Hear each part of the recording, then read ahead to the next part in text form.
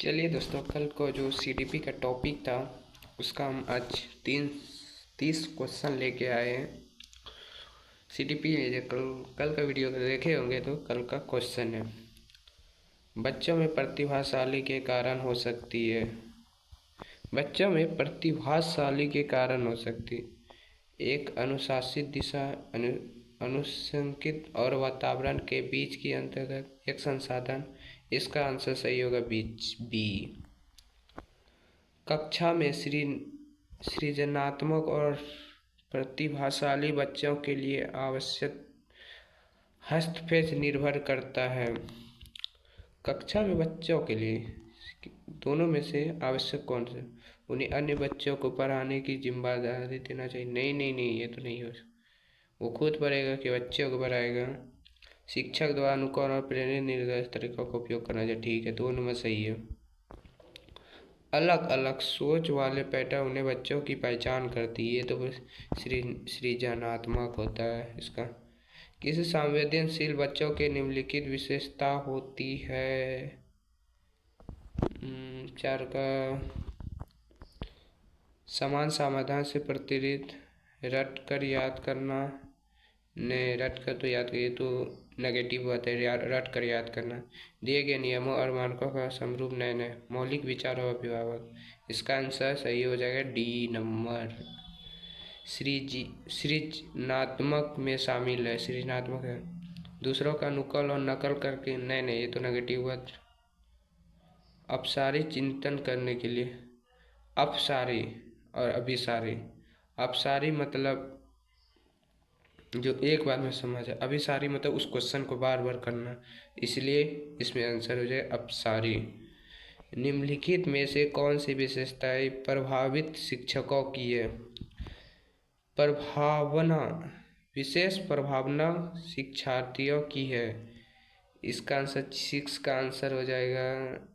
वह बहुत ही तुकनिक मिजाज होते हैं, वह रस्सी व्यवहार करता है, जैसे हाथ थपलाना डोलना। इसका आंसर हो जाएगा 7 का बी।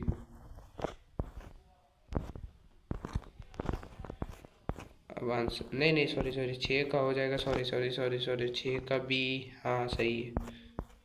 7, इनमें से कौन सी विशेषताएं प्रतिभाशाली बच्चों की नहीं है? प्रतिभाशाली बच्चों के लिए नहीं। निम्नलिखित औसत मानसिक प्रक्रिया और औषधि मतलब जो हो गया ना, वो नेगेटिव वर्ड हो गया ना। औषधि मतलब नेगेटिव वर्ड, जैसे तो नहीं ये होगा तो इसका आंसर बी नंबर। 8 नंबर, अध्यापक के दृष्टिकोण से प्रतिभा की संयोजन है। पहले क्वेश्चन को समझे। अध्यापक के दृष्टिकोण से प्रतिभाशाली किसका संयोजन है? उच्च योग्यता, उच्च सृजनात्मक, उच्च है, ये तो नेगेटिव वर्ड हो गया। उच्च प्रेरणा और उच्च वेतन, ये भी नहीं होगा। उच्च योग्यता, उच्च क्षमता, ये तो दोनों एक ही हो गया। उच्च क्षमता रहना चाहिए उसके सिरा उच्च समय। इसका आंसर डी नंबर सही हो जाए। रैन-जूली प्रतिभाशाली की अपनी प्रतिभाशाली के लिए जाने जाते हैं। इसका आंसर होना चाहिए 4 का 9 नंबर का सी। प्रतिभाशाली शिक्षार्थियों के लिए अभिक्षमता को कौशल के रूप में समझना नहीं चाहिए। प्रतिगत के नियंत्रण की आवश्यकता नहीं होना। शिक्षकों को समझन करना, जैसे शिक्षार्थियों में बदलाव शिक्षा के पहल करना चाहिए और समस्या समाधान का भूमि करना। 10 का सी होगा। शिक्षा को समझन करना चाहिए, जैसे शिक्षा को बदलाव होना चाहिए। प्रभावपूर्ण व्याख्या मौलिक के लालचीपन के साथ संबंध तत्व है। 12 का देखो, क्या क्वेश्चन को समझो। 12 का अपसारी चिंतन, नहीं सॉरी 11 क्वेश्चन देखो।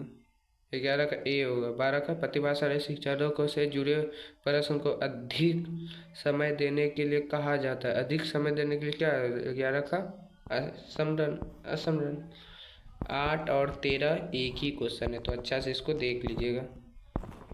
अब जो है इसका आप लोग आंसर देते चलिए, हम अपने बताने वाले।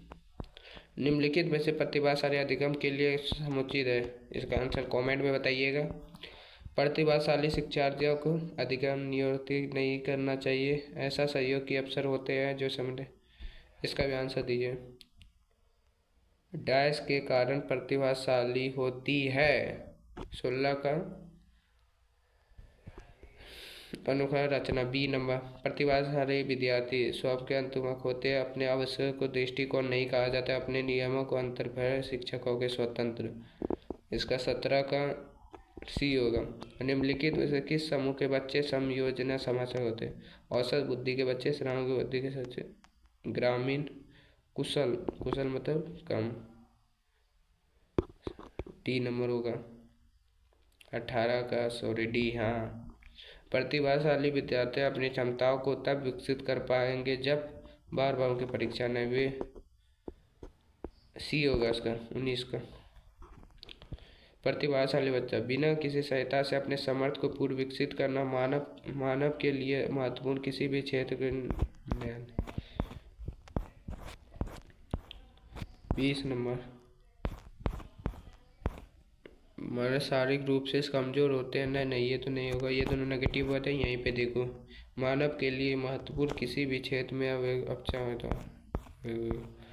21 नंबर। प्रतिभाशाली बच्चों के लिए निर्धारित संवेदी अर्थ है। ऐसा विद्यार्थी को अमृत स्तर ग्रेड के छोड़ के अलग ग्रेड करना चाहिए। अलग आकलन की प्रक्रिया का संदर्भ करना, शैक्षिक गतिविधि का संबंध सह शैक्षिक गतिविधि का संबंध करना चाहिए।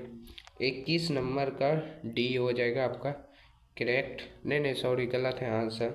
अब आप लोग कमेंट में बताइए, प्रतिभाशाली विद्यार्थी के लिए निम्नलिखित में से कौन सी गतिविधि सर्वाधिक है? कमेंट में बताते चलिए।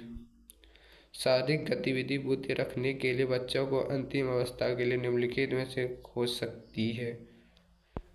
प्रतिभाशाली शिक्षार्थी है, बताते चलिए। निम्नलिखित में से कौन सा बुद्धिमान बच्चों के लिए लक्षण नहीं है? चलिए, आज 25 क्वेश्चन हुआ। Bye bye, love you.